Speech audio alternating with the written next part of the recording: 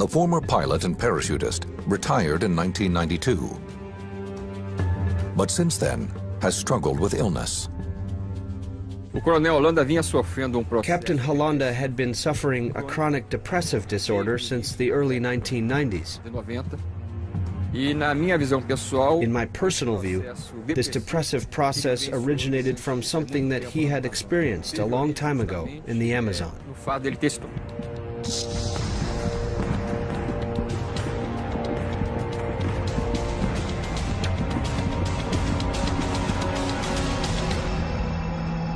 Later that night, his daughter climbs the steps to her father's room. She finds a shocking scene. Her father is dead. He appears to have strangled himself. Was this a suicide brought on by mental illness, or by something more sinister? Just 2 months earlier, the captain had given this exclusive interview to UFO researchers A.J. Gevaerd and Marco Petit. Both men study and document UFO incidents. This object went to Colares, then kept going as if it covered the Amazon in strips. There was an intelligence doing this. 4 months into the operation, they ordered us to stop.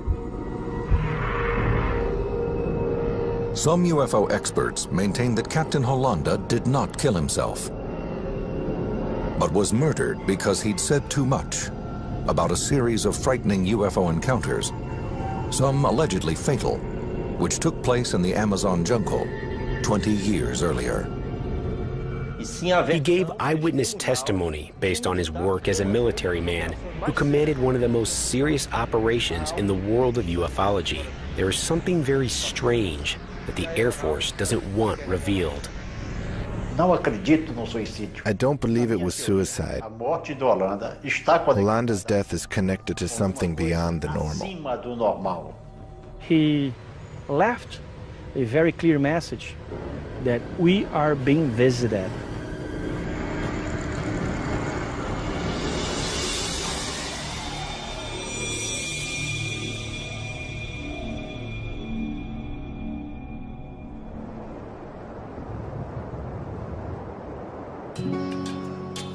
Captain Hollanda's UFO sightings began here, on the island of Colares, at the mouth of the Amazon River in Brazil.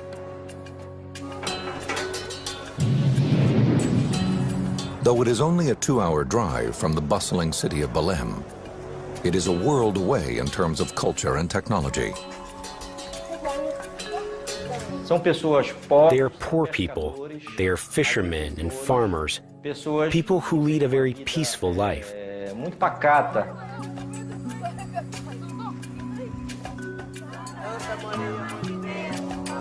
Like most people in Brazil, the 2,000 residents of Colares are predominantly Roman Catholic. But the island's remoteness has given rise to many local superstitions. They believe the island is mysterious, that a lot of phenomena occur there.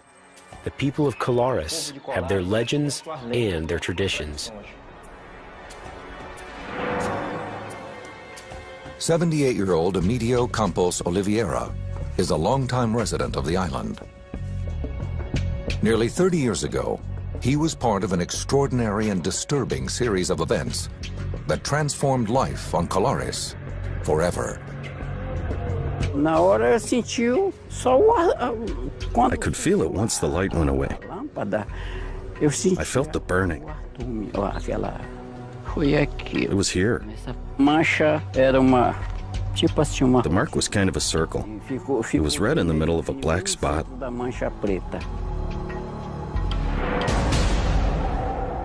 It began on a warm night in October 1977. Around 11 p.m., Oliveira is ready for bed. His wife kisses him goodnight as he settles into a hammock in the living room, where he likes to sleep. Suddenly, a beam of light floods the room. It appears to be coming from above. It is so powerful that it penetrates the ceramic tiles of his roof. A bright light appeared before my eyes, coming down from the ceiling on top of me. It attacked my thigh. I felt a burning sensation. The light was quite bright. Quite bright. As quickly as it came, the light disappears. Unable to find an explanation for what has just happened, he tries to go back to sleep.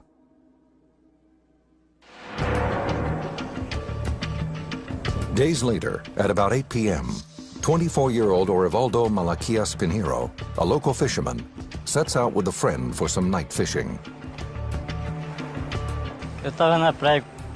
I was on the beach and we were throwing out the net, but the net wasn't catching anything. So we pulled it back in and left to see if we could find another position, to see where we could catch some fish. The two fishermen wait patiently for their catch. Suddenly, Pinheiro's friend notices a low-flying, bright light in the sky. There was no noise, no smell. He looked out to the sea, and this light was coming from the direction of the sea toward us. We got scared and took off running. The two men race towards town. Panic-stricken, they tell other residents about what they've just seen. They learn that they are not the only ones to experience these mysterious sightings.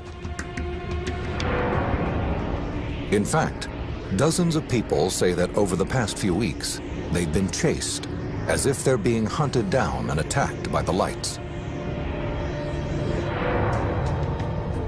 25-year-old dentist Lucia Helena Marquez says she too had a strange encounter on a nearby beach. Aí estávamos ali no mercado. We were at the market and there was a commotion. Houve alvoroço, né, que tava. This object appeared and everyone ran to the seashore. Objeto não identificado. We saw two lights hovering in the air. Lá para a beira-mar. One light would be on and the other would be off. Pelo ar. They kept doing it like a signal. A outra apagava e ficava assim, tipo sinal. The colors that we saw most were red. Red was the brightest color, then green, red, green, and yellow in the back. Depois o verde, era vermelho. Then it just disappeared. Depois sumiu. As residents of Colares struggle to make sense of these strange occurrences, 2 hours away in Belém, 25-year-old reporter Carlos Mendez gets a call in his office. I first heard pieces of information through telephone calls from people linked to the town. They were saying the newspaper should go there because these lights were appearing and the people were becoming very afraid. Mendez, who works for the newspaper O Estado do Pará, calls his photographer. The two men leave for Colares that night. When they arrive, the men are swarmed by residents, wanting to tell their stories about being attacked by strange beams of light.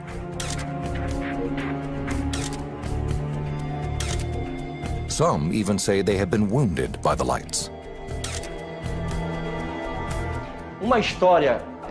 One woman, she was in her house at night when suddenly she saw the brightness. And she noticed that the light was shining on her house. It pierced the roof and lit up the bedroom.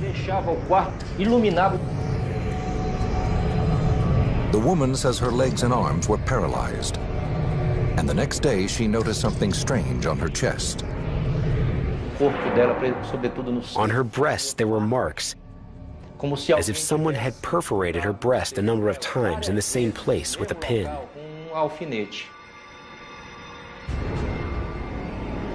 Other alleged victims tell similar stories. They also say that while they were immobilized by the light, they felt as if it were somehow sucking their blood. Reporter Carlos Mendez never sees the lights for himself. He doesn't know what to make of the bizarre stories, but he can see that the terror is real. I noticed a lot of fear in those humble people. It was a sign that something very bad was happening. Over the next 2 months, the sightings increase and the island erupts in panic. Over 80 people report being targeted by intense beams of light. The stories were always the same. The lights came down from space, sucked on those people, paralyzed these people, and affected these people. They couldn't understand why they were being attacked, but they said they were attacked violently. So I was trying to understand why it was happening and if the lights were really appearing to these people. The locals become so alarmed that many of the women and children leave town. Some men light bonfires along the beach and stand guard at night.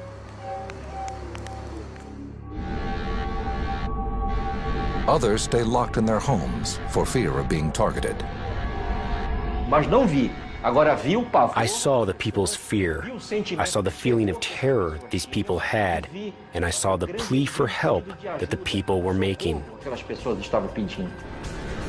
It seems as if someone or something is attacking the people of Colares. No one knows why.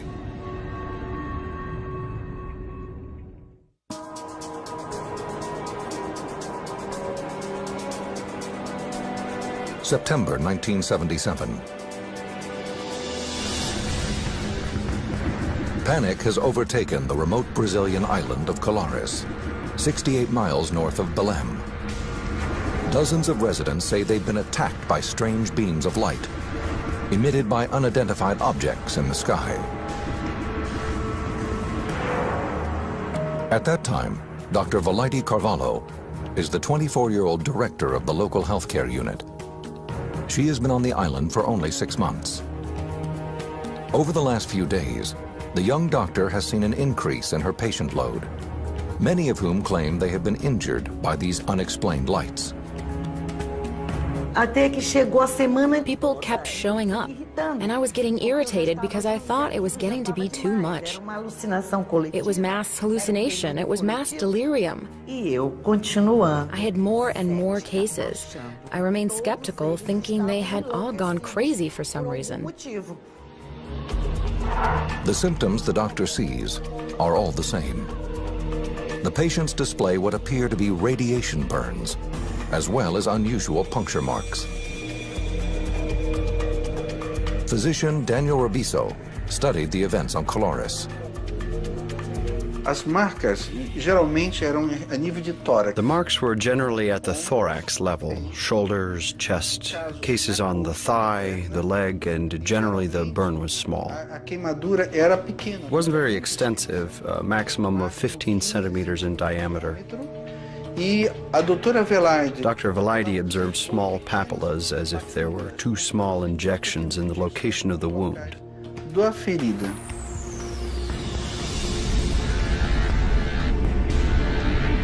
Victims report that these burns were caused when the light made contact with their skin. But the wounds are unlike any burns the young doctor has treated before. The marks caused by the burns turned blue for 10 days or so. However, many times it had only been 10 minutes since they were made. And the doctor's most disturbing cases are yet to come. In September, she examines a woman whom relatives claim has been attacked inside her home by a bright light. She arrived being carried by family members. She was already in a state of spasms as if she was having cardiac arrest. Her mouth was shut tight, her eyes were closed, she had no reflexes at all. Carvalho tries to stabilize the woman's condition, but there's no sign of improvement. There was nothing more we could do. The only thing left was to put her in a car, since we didn't have an ambulance, and drive her to Belém.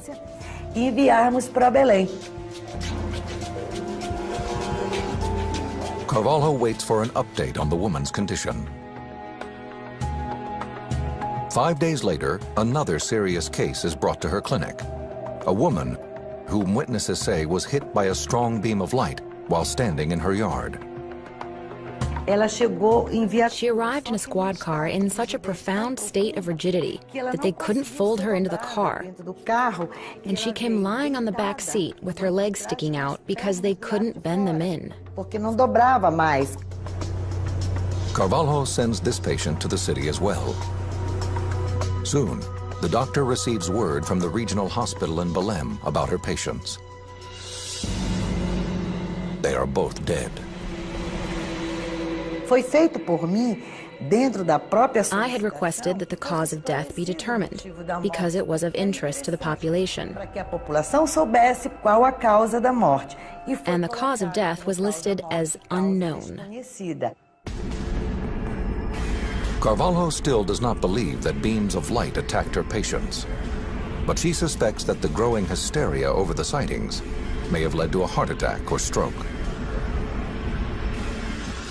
Hoping to put an end to the panic, Carvalho and other town officials begged the mayor for help.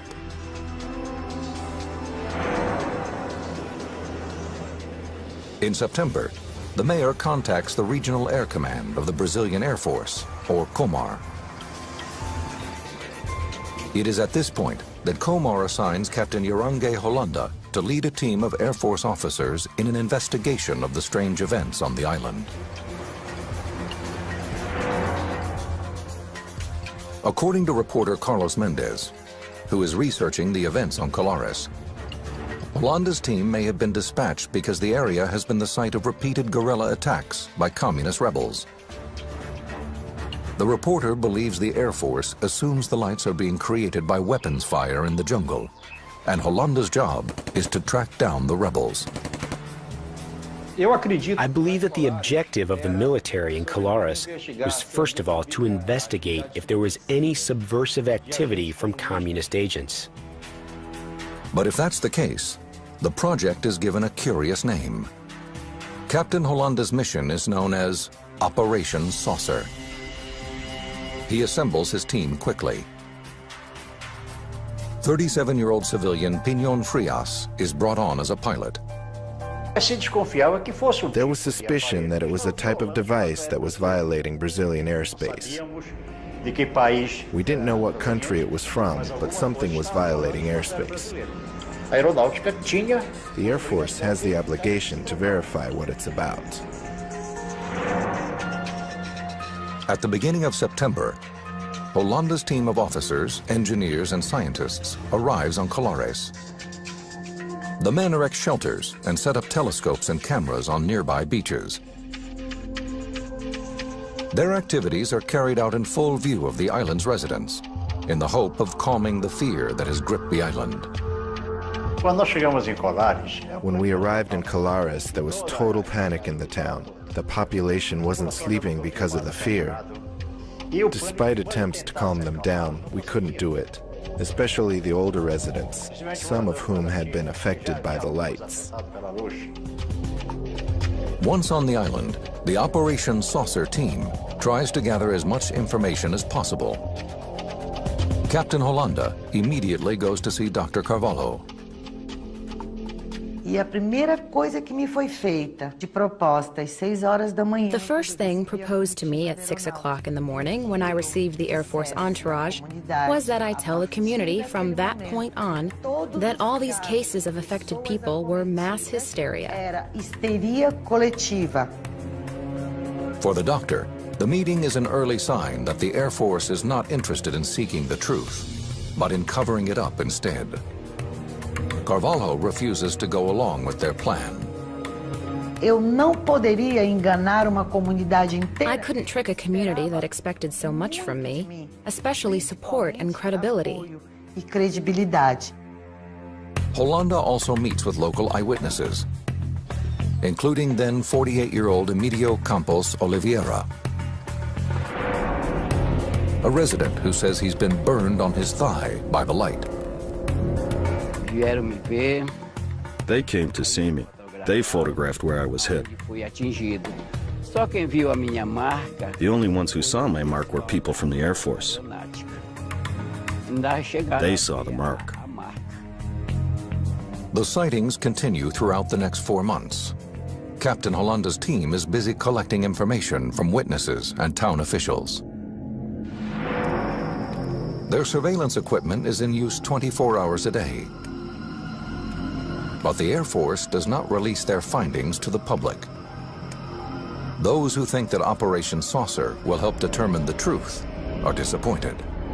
Instead, some believe a cover-up has already begun.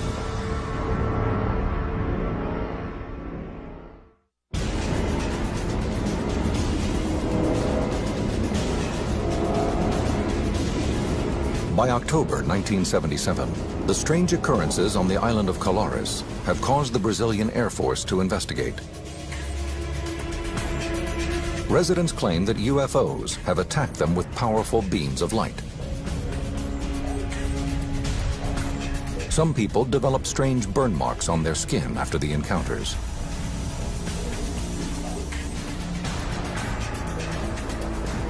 Two women have even died. The Air Force's project Operation Saucer, under the leadership of Captain Uranga Hollanda, is gathering information on the mysterious sightings. The military did not take weapons to Colares. Their weapons were cameras. Lots of cameras. Over a 4-month period, Hollanda and his team take photos and make sketches. These are their actual drawings.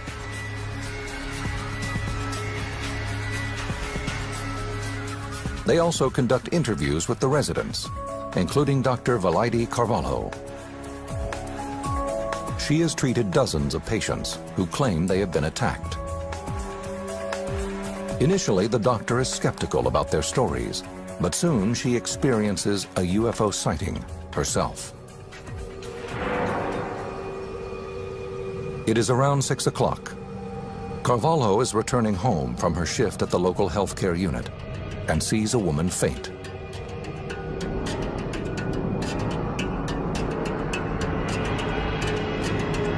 I looked up, and that which I had denied, that I didn't believe in, that I thought was the product of delirium, craziness, made-up stories, people wanting attention, I saw the object at the height of approximately a 10-story building. The object is cylindrical. Carvalho suddenly feels paralyzed by what she is seeing. It didn't have the color of stainless steel, or the color of silver, or the color of anything else. It had its own color, and it moved in elliptical movements. It was directly over my head, making elliptical movements and coming back again.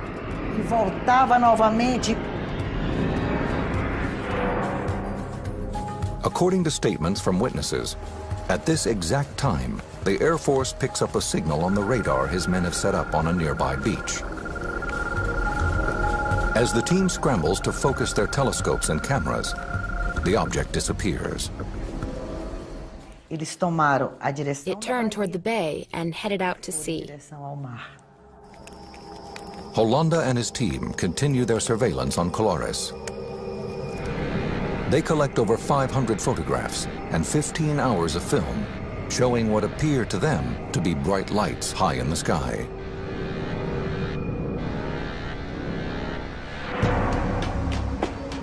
The reports from the investigation are sent back to Comar headquarters in the nation's capital of Brasilia. The Air Force really delved into the investigation. They had to give some kind of an answer to the people that were having these encounters. And I'm certain that it came as a surprise that the military men from the Air Force themselves began having their own encounters, their own experiences.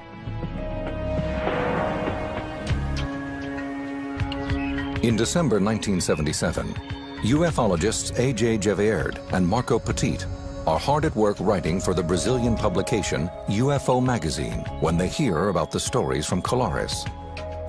The military operation is the first military operation that we know of in Brazil and probably in the world, entirely dedicated to try to understand what was going on here involving the UFO phenomena. Over 3,000 people were interviewed by this military in a 4-month period. That same month, Captain Hollanda is ordered to surrender all materials and return to Comar. The photographs, films, and sketches they collected are kept classified. He was given the order to shut down the Operation Saucer immediately. He was a military, he didn't ask much question. One of the things that most shocked me and the other colleagues was the fact that at the end of December in that year of 1977, when the encounters were becoming increasingly fruitful, the order came, and to this day no civilians know who it came from, saying that the operation was terminated.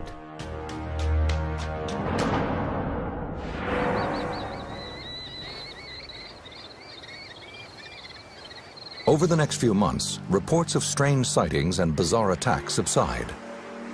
In time, the stories about mysterious lights in the sky drift into local legend.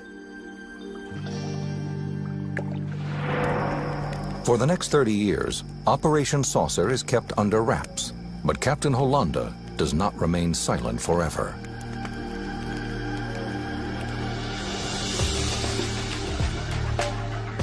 In 1997, he decides to meet with A.J. Gevaerd and Marco Petit in a videotape meeting just outside Rio de Janeiro. In this rarely seen video, the captain gives his chilling account of what happened on the island. The ship gave an explosion like thunder. A very strong explosion and brightness. It took off at incredible speed toward the atmosphere. And disappeared among the stars.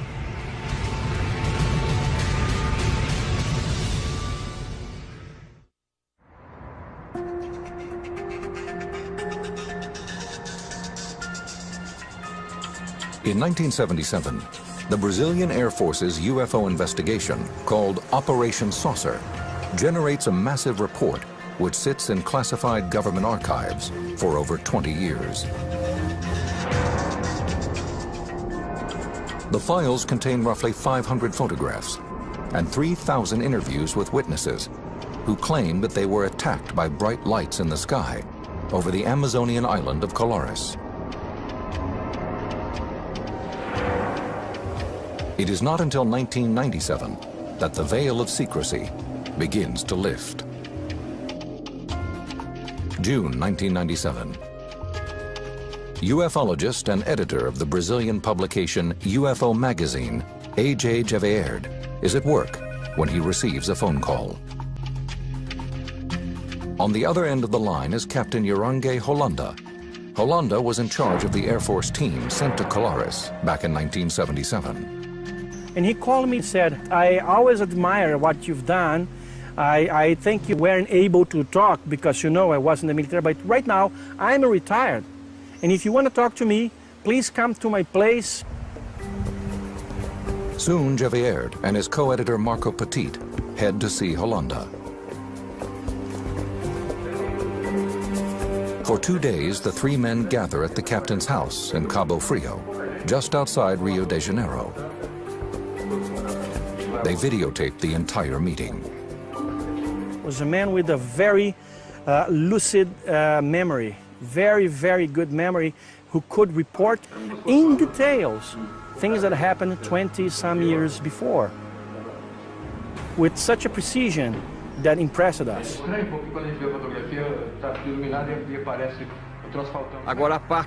The most important part, without a doubt, is his description of the encounters he had with these ships. He came face to face with ships that sometimes were 100 meters in diameter, of varied shapes, and that really placed him in a situation that few people, in global terms, had the opportunity to witness.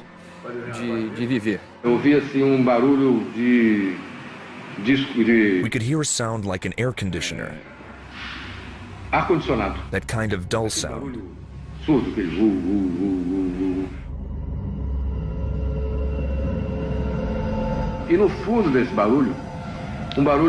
And deep inside the sound, there was a clicking noise, like the sound of a ratchet. This noise coming from the ship was very clear.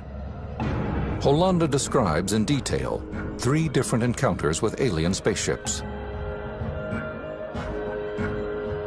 These are the drawings he made to depict his first encounter.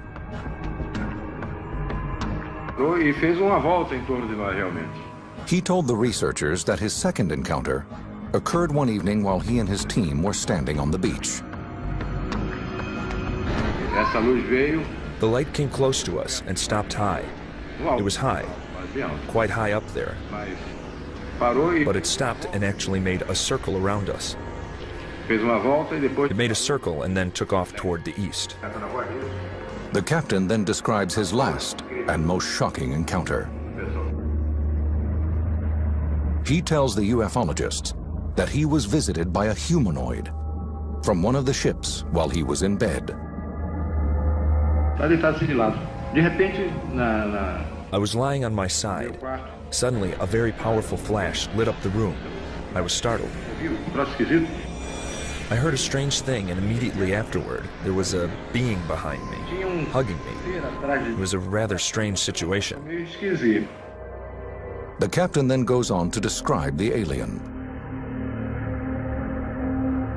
It was 1.5 meters tall, more or less, dressed in a suit resembling an astronaut or a diving suit. It was kind of soft. It wasn't very tight. I didn't see the face. It had a mask that was lead gray, and I couldn't tell the details of the face. I didn't see any eyes. I didn't see any shape. Hollanda also tells the researchers that the alien spoke to him. I was very frightened. And that thing behind me, hugging me, squeezing me. And it spoke into my ear in Portuguese, with a sound. It seems like a computer, that metallic voice.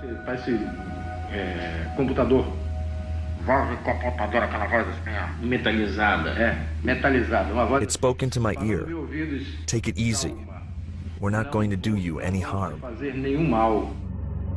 Hollanda says that the alien then disappeared. He could tell us with such a precision what happened. And you can see that there was a great variety of objects operating in this area. Some objects, strangely, they would come from the jungle. They would come from between the trees. Some other would come from the sky. And a few others would come from the water. That's very amazing. The captain makes another startling claim. He shows the ufologists his arm. There appears to be an object implanted under the skin. He says that the alien put it there during his last encounter. Flexible, plastic. Here, you press and it shows up there. This point here. Did you ever get it x-rayed? Yes, but it didn't show anything. In July 1997, Hollanda's story is published in Gevaerd and Petit's UFO magazine. But those hoping that his startling disclosure will lead to a second investigation are disappointed. Instead, a new chapter of the Colares mystery begins. On October 2nd, 1997, Captain Hollanda dies. The official cause of death is asphyxia, but it is not clear if the death was accidental, suicide, or perhaps murder. According to colleagues, Hollanda did have a history of mental illness and had attempted to kill himself before. Yet others who knew the captain say it could not have been suicide. His co-pilot, Pinon Frias, suspects that he may have been murdered. Hollanda would never take his own life. I can't accuse anyone of anything either. But he would never tie a rope around his own neck and lie down hanging himself. But A.J. Gevaerd disagrees with Frias. He took his own life. That was his decision. He was depressed. But what I know is that that man left us a very important message, is that we are being visited. And the Brazilian Air Force, which means the Brazilian government, knows about it. In March 2004, A.J. Javier and Marco Petit decide to take action. 6 years after the captain's death, they demand access to the classified Colares report under a campaign they created called Freedom of UFO Information Now. This kind of information that we are talking now, I believe as a UFO researcher and as a citizen of Brazil, that it should not be restricted to the military files, to the military headquarters. It must be known by all society.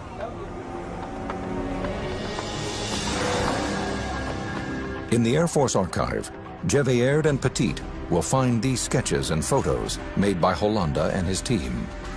Records that have been hidden for over 30 years.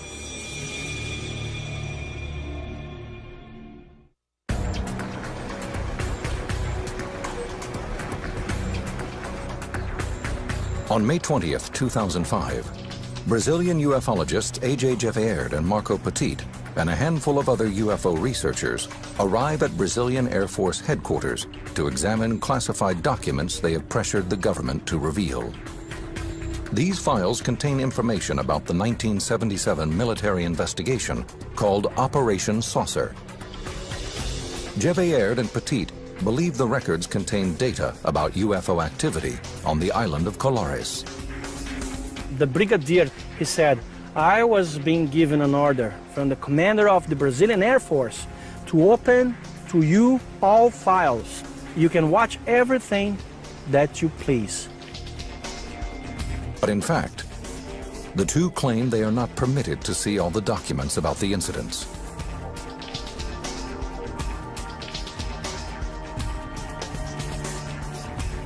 These are some of the photos they examined.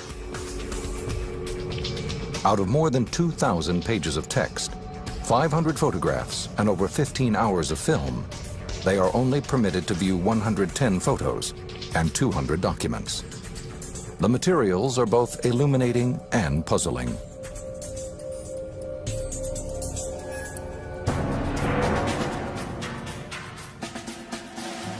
They reveal that the Brazilian government devoted a great deal of time investigating the sightings. They document numerous statements given by eyewitnesses. The files contain more details than the ufologists had ever imagined. Javier and Petit are not permitted to view the films contained in the files, but they do uncover photographs taken by Captain Holanda, the head of Operation Saucer. The grainy black and white photos show bright lights high in the night sky. In ufology, a picture is not worth 1,000 words. You have to analyze the report of the people who took the picture. Captain Holanda's voluminous report contains sketches and descriptions of his alleged encounters with alien aircraft. We had access to several documents that describe the encounters in detail, including reconstructions in the form of drawings, not only of the cases that involved the military, but also the cases that involved the residents.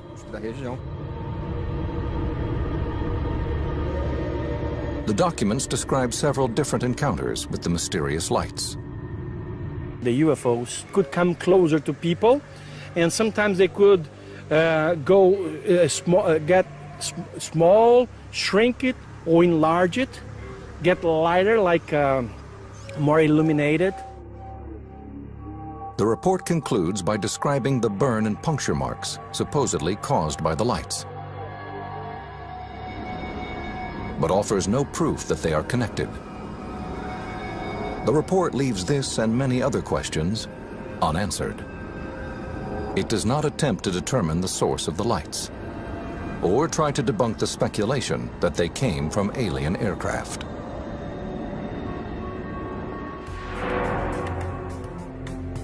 Today it seems clear that a definitive explanation for the Colares sightings will not come from the Brazilian government.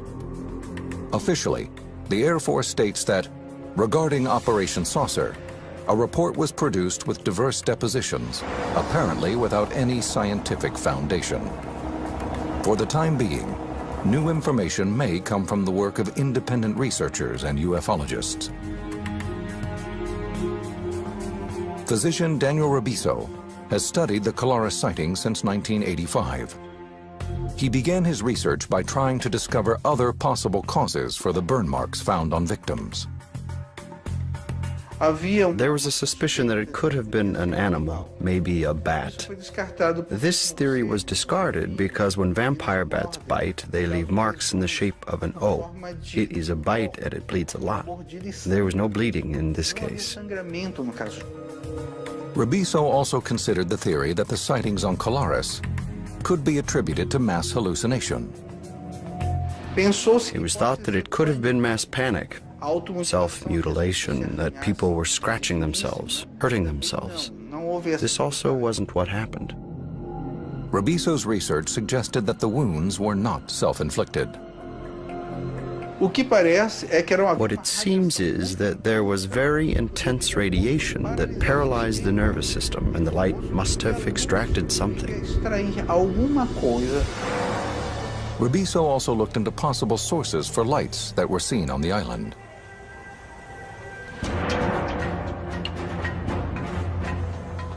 At the time of the sightings, the Brazilian government was fighting communist guerrillas in the state of Para, in which Colares is located. There was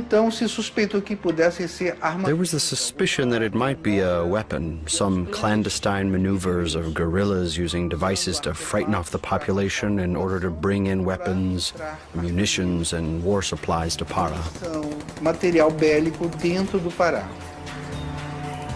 Despite reports of guerrilla activity, the government will neither confirm nor deny the information.